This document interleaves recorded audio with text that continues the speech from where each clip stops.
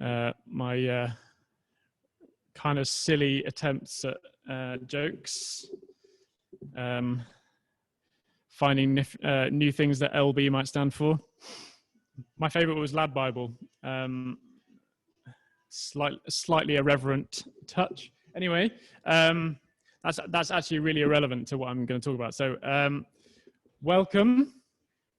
I'm trying to position this so that you guys on Zoom can see the picture behind me. There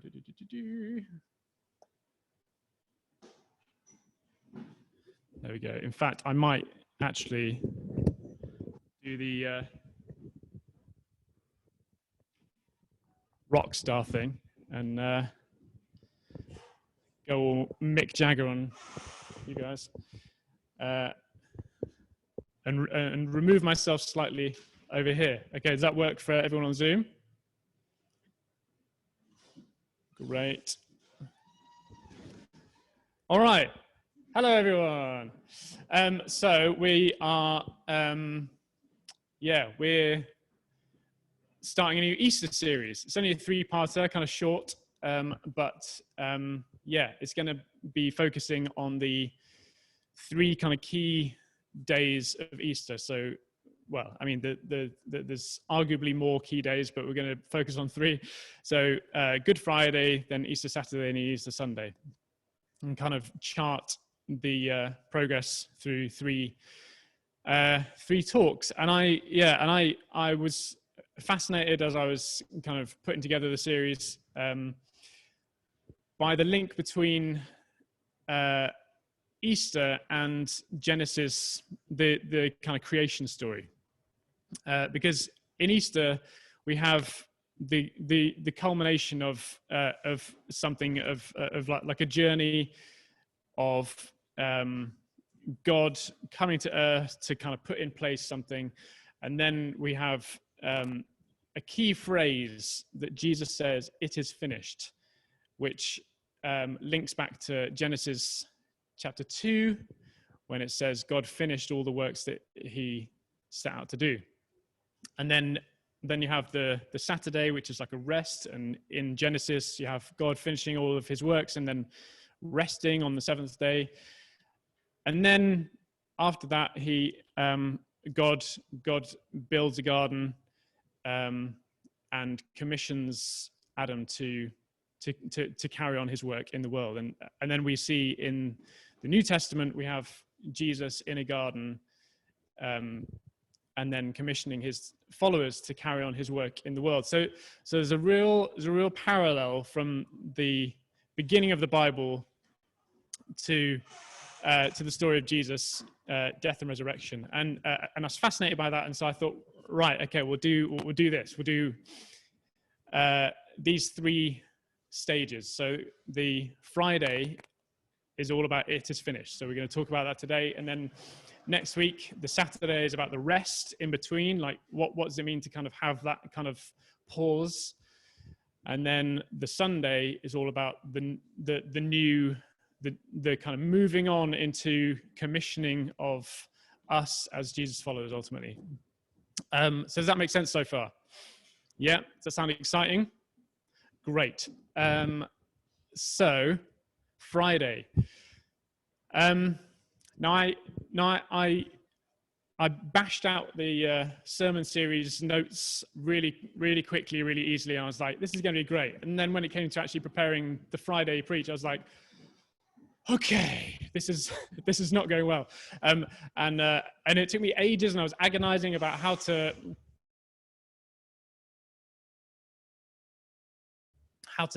do it. And so I'm sorry for the people who are going to preach on Saturday and Sunday.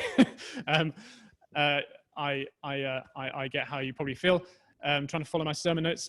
Anyway, I got to a point where I thought, well, actually, I'm not great at preparing a preach. My sort of personality is not geared that way. I'm a creative type, a bit of an artist, and also my personality means that I'm much better just kind of launching into something and tweaking as I go, rather than kind of spending a lot of time preparing.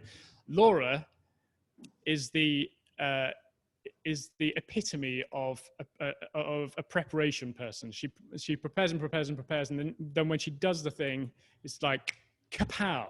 I'm not like that. I spend a lot of fruitless hours trying to prepare, and then I'm like, well, it'll just be what it is.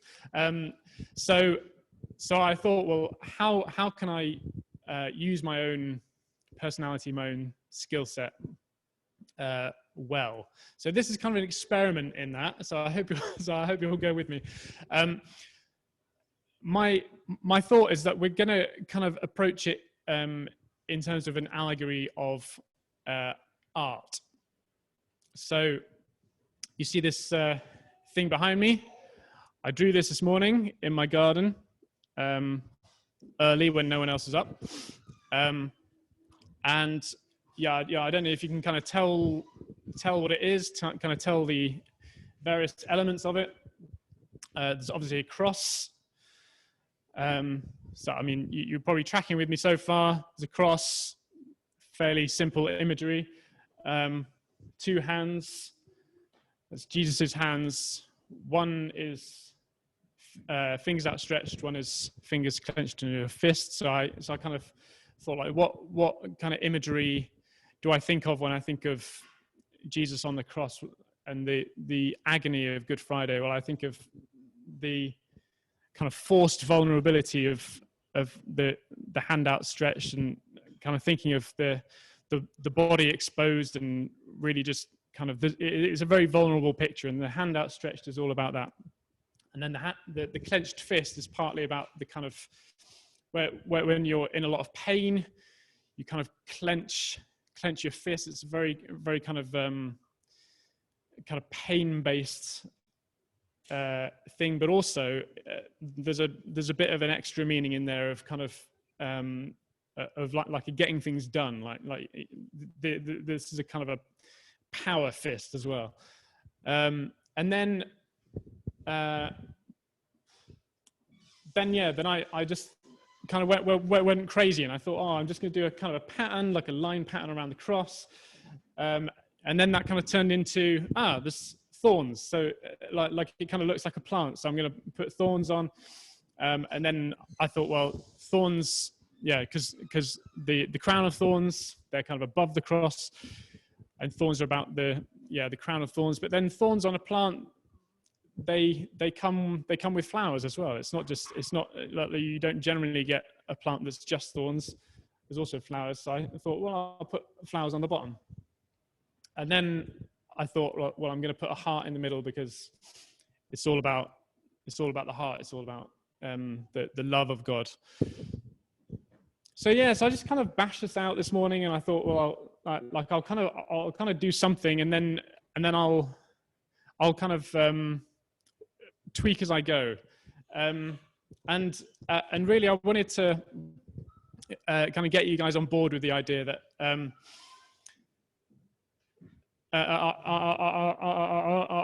was having a chat with Harry the other day, Harry Knight, and he was saying that it's interesting that we're talking about Good Friday and kind of really dwelling on it, because we don't see kind of grief modeled very well. We don't see grief talked about very much in the church, and it's true, we don't talk about the element of grief very much.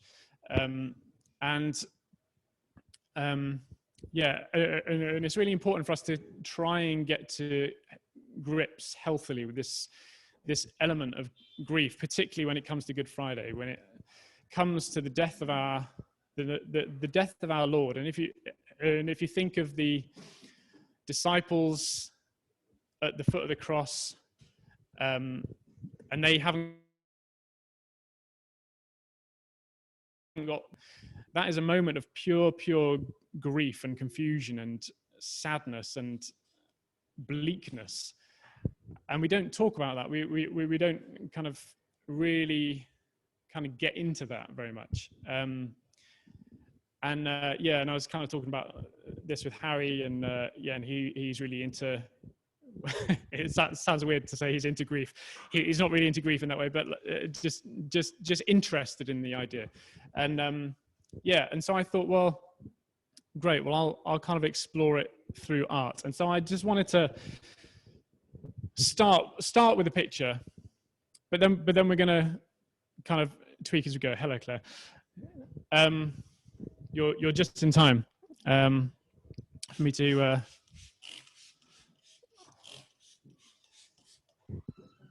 scrub it out. So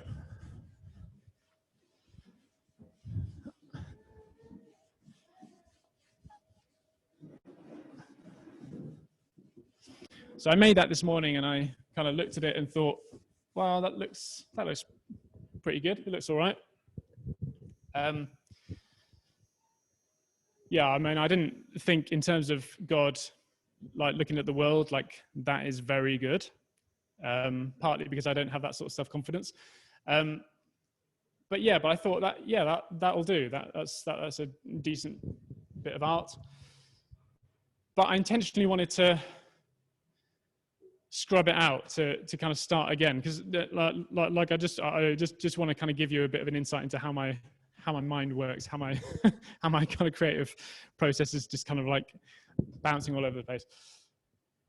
There was just something about Good Friday, about the point where we kind of see Jesus has kind of gone through all his ministry, and he's got to a point where he thinks it is finished. This is done. I've done all my work. And it says in John 19, I'm just going to read it out.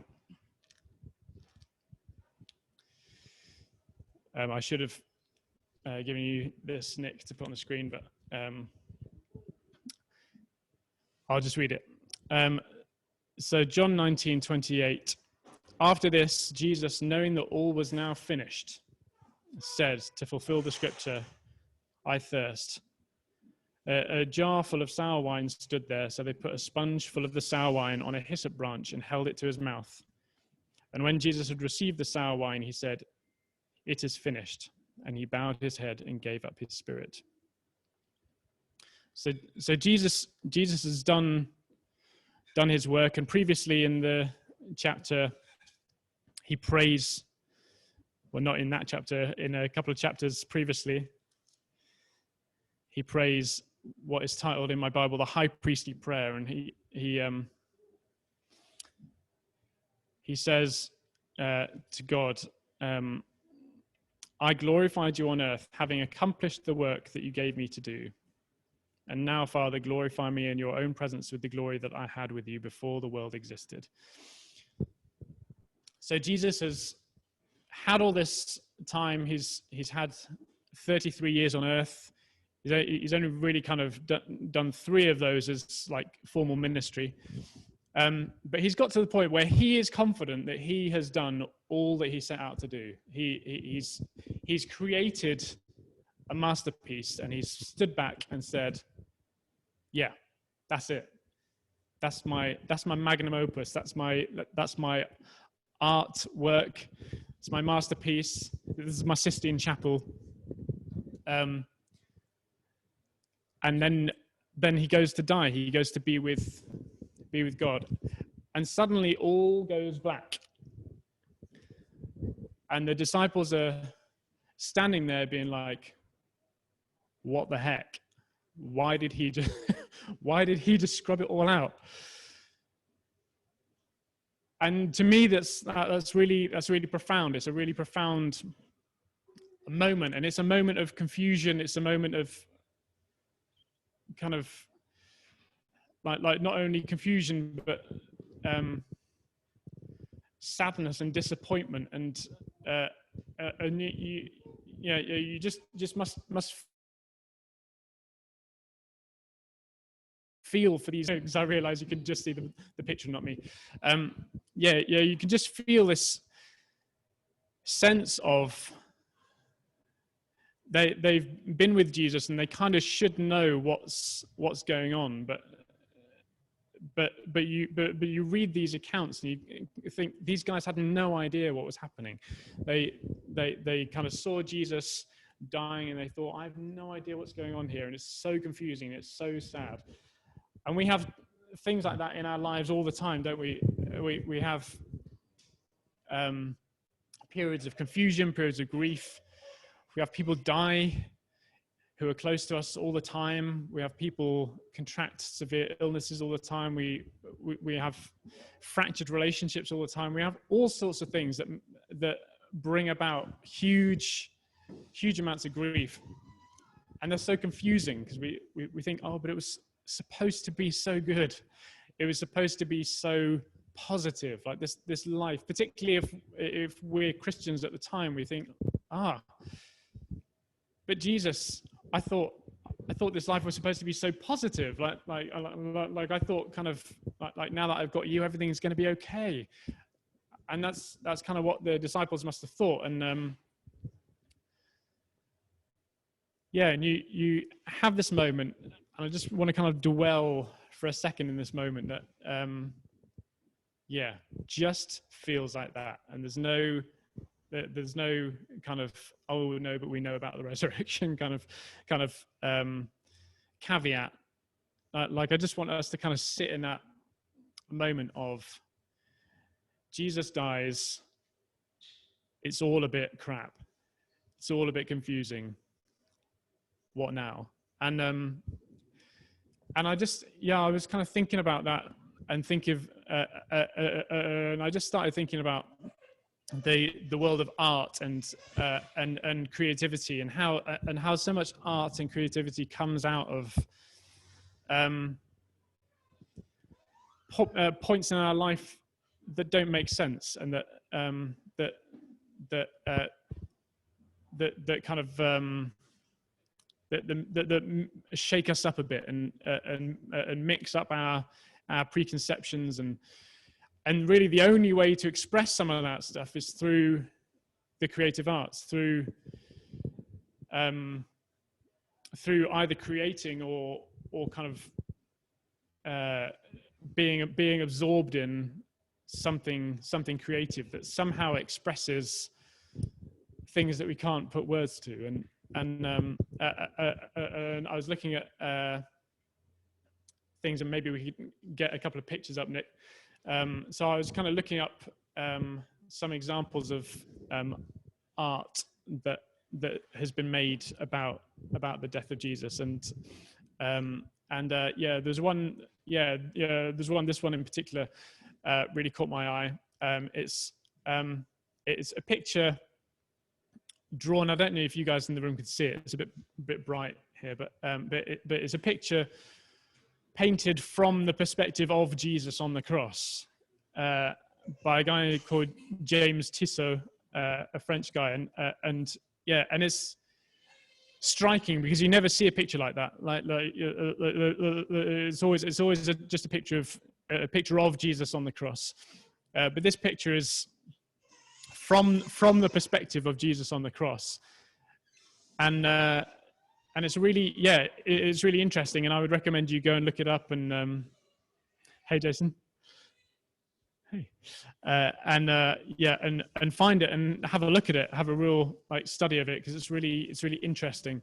And there's something about looking at this picture for a while that does that thing in us. It kind of gives us a little bit of an explanation of some of the feelings that we have around the death of Jesus. And maybe we could have another one. Yeah, this one's called White Crucifixion, I think. And it's, again, it's super interesting.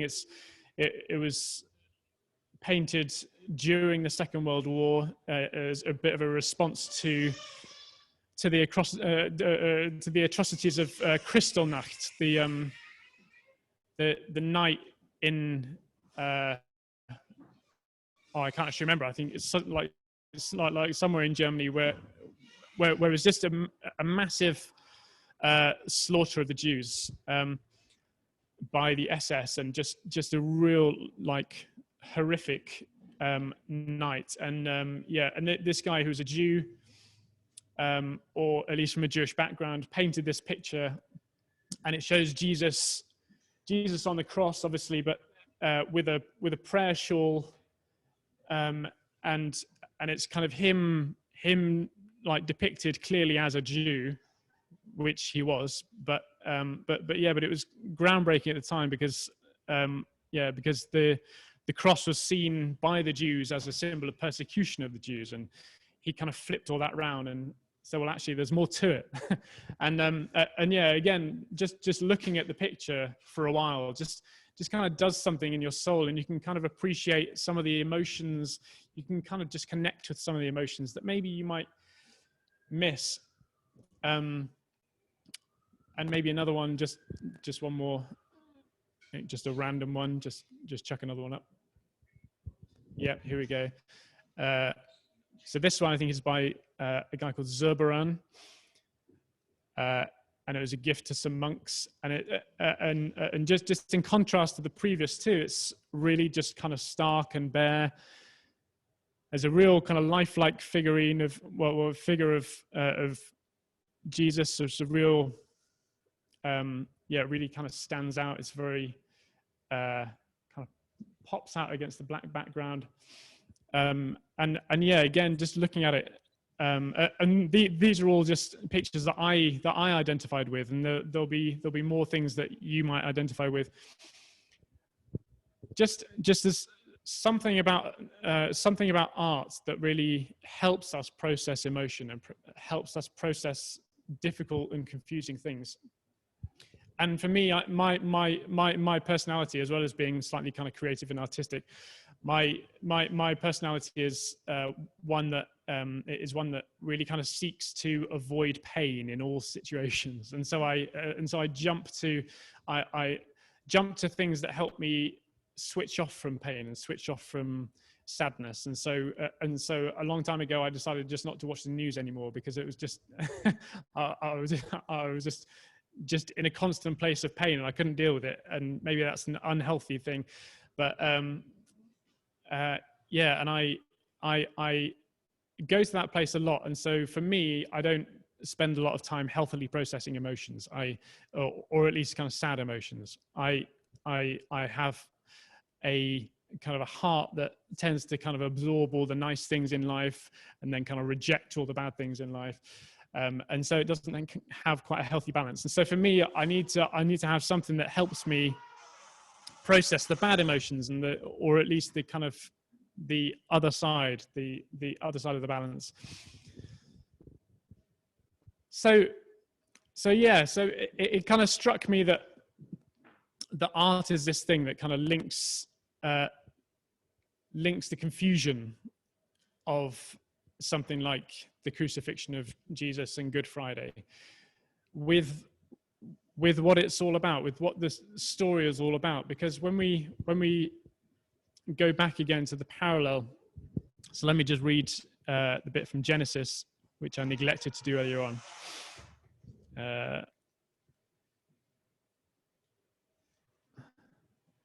So yeah, the parallel of Genesis 2 with John. So it says, chapter 2, verse 1, "Thus the heavens and the earth were finished, and all the host of them. And on the seventh day, God finished his work that he had done, and he rested on the seventh day from all his work that he had done." And so it talks about God creating the world. And when we think about the world, we think about this piece of art. That the world, when you look at it, is when you really take time to look at the world, it's a masterpiece. And the Bible tells you that. The Bible, in no uncertain terms, really paints this, to use an interesting turn of phrase, paints a picture of the world as a masterpiece. And so God creates this masterpiece and says, it's done and it's good. And then gives Adam the job of creating more masterpieces. And as we see, it kind of goes wrong horrifically for a long time. And then Jesus comes and he creates a masterpiece. And then on the Friday, it all seemingly gets rubbed out. But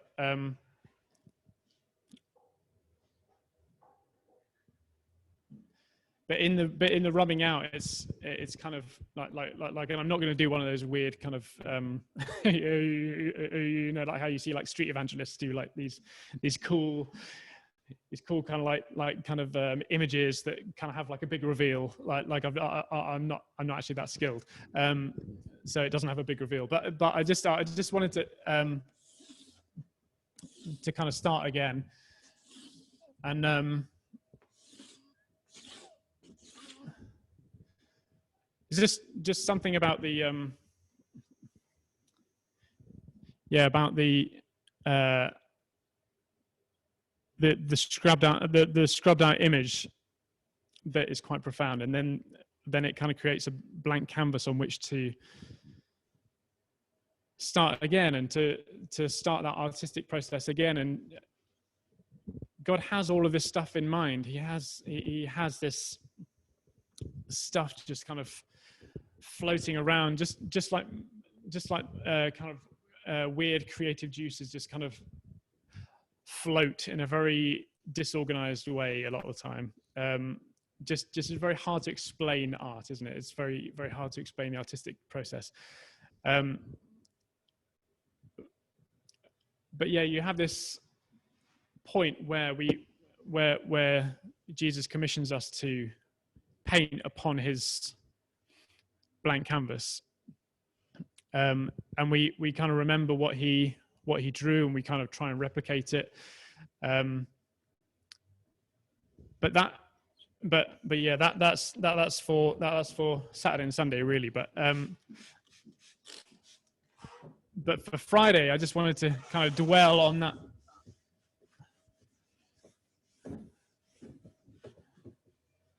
place of the blank canvas, and what does that conjure up in you? What does that like? How does that make you feel? How does the sense of blackness translate in your own heart? And I just wanted to kind of leave us with this sense of it's all part of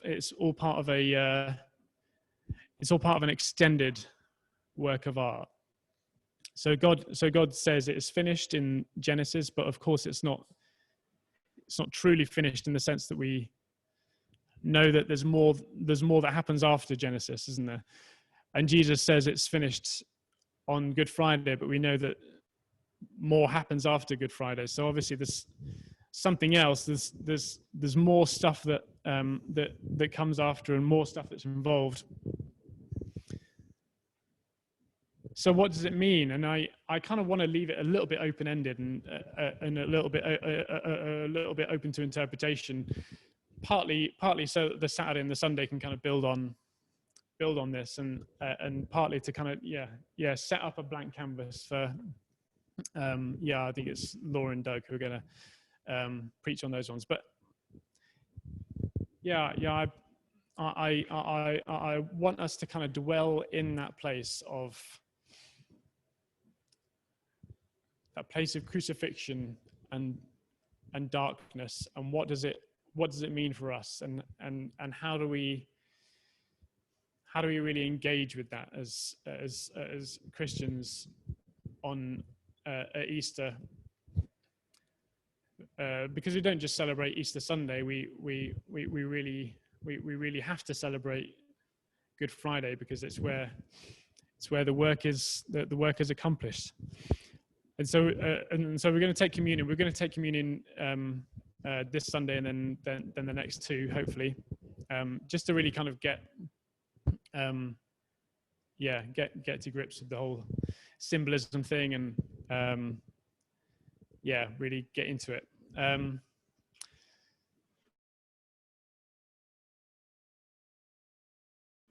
Just want to pray. Pray. I mean, it's been a bit random. I kind of intended it to be a little bit kind of random and disjointed this morning, and kind of feel a bit more kind of creative and flowy. And maybe it's felt a bit uncomfortable not like a normal preach. But I wanted to just pray that, and I'll just pray now. Lord, I pray that we can, that from this point we can really engage with the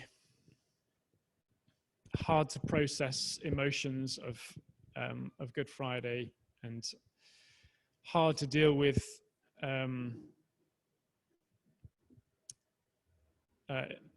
the unexplained of grief and loss and darkness and bleakness.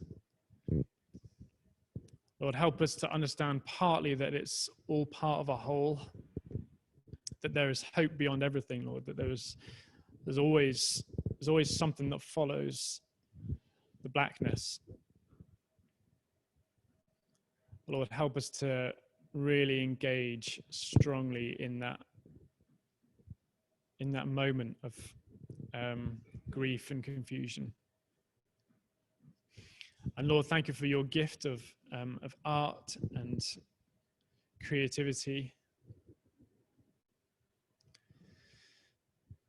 Thank you for the way that it helps us process our thoughts and our questions and our heart. And Lord, I pray that as we go towards Easter and beyond, that Lord, that we can really do some of this work, Lord, that we can really engage with the process. I just wanted to put up a poem. There's the poet who's dead now, but she's called Christina Rossetti, and she wrote some really beautiful poems about Jesus. I can't remember. I think possibly the stone one, Nick. There's two that I gave Nick. Yeah. Because I wasn't sure which one I wanted. Oh no, not that one. Yeah, that one. Yeah, so I read this one and it really kind of it really resonated with me, and I just thought it'd be good to kind of draw to a close with just before we do communion. And it resonated with me because of that thing that I feel like how I find it difficult to process pain, and I think Christina possibly had a similar experience. So she writes, "Am I a stone and not a sheep, that I can stand, O Christ, beneath thy cross, to number drop by drop thy blood's slow loss, and yet not weep? Not so those women loved, who with exceeding grief lamented thee. Not so fallen Peter, weeping bitterly. Not so the thief was moved. Not so the sun and moon, which hid their faces in a starless sky, a horror of great darkness at broad noon. I, only I. Yet give not o'er, but seek thy sheep, true shepherd of the flock. Greater than Moses, turn and look once more, and smite a rock." And so, I pray for all of us that, that image of Moses hitting the rock and water gushing forward, that somehow Good Friday this year might kind of hit the rock, and that we might feel kind of healthy emotions gush forth and process them properly. So let's take communion, and maybe we can just kind of have a bit of silence as we do that, and each just kind of bow our heads in silent prayer, and then we'll come back and finish. So I'm not quite sure how we did communion before, but there's all this stuff over there I can see. Do we just should we hand it out? Maybe you guys at the back Nathaniel and Eloni, could you hand out the stuff for me? In Jewish funerals, there is proper grief, like people are crying, people are putting themselves on the grave, on the person that dies. And also there is a few days during the year, there is a grief days that they are announced as grief days. So people kind of like grieving, they fasting, different days, about 4. But there's something for next week or the week after. I don't know what's the plan, but I kind of like prophetically. There is a grief national day about all the soldiers that died in Israel. At the same night, it's the Independence Day. So from the grief that I remember me and my family and my dad watching about soldiers that died and about how many people died. But then in the evening, it's Independence Day, which everybody go and celebrate. So that's like the movement from the grief to the rejoice and the celebration. So that's probably for the next 2 weeks.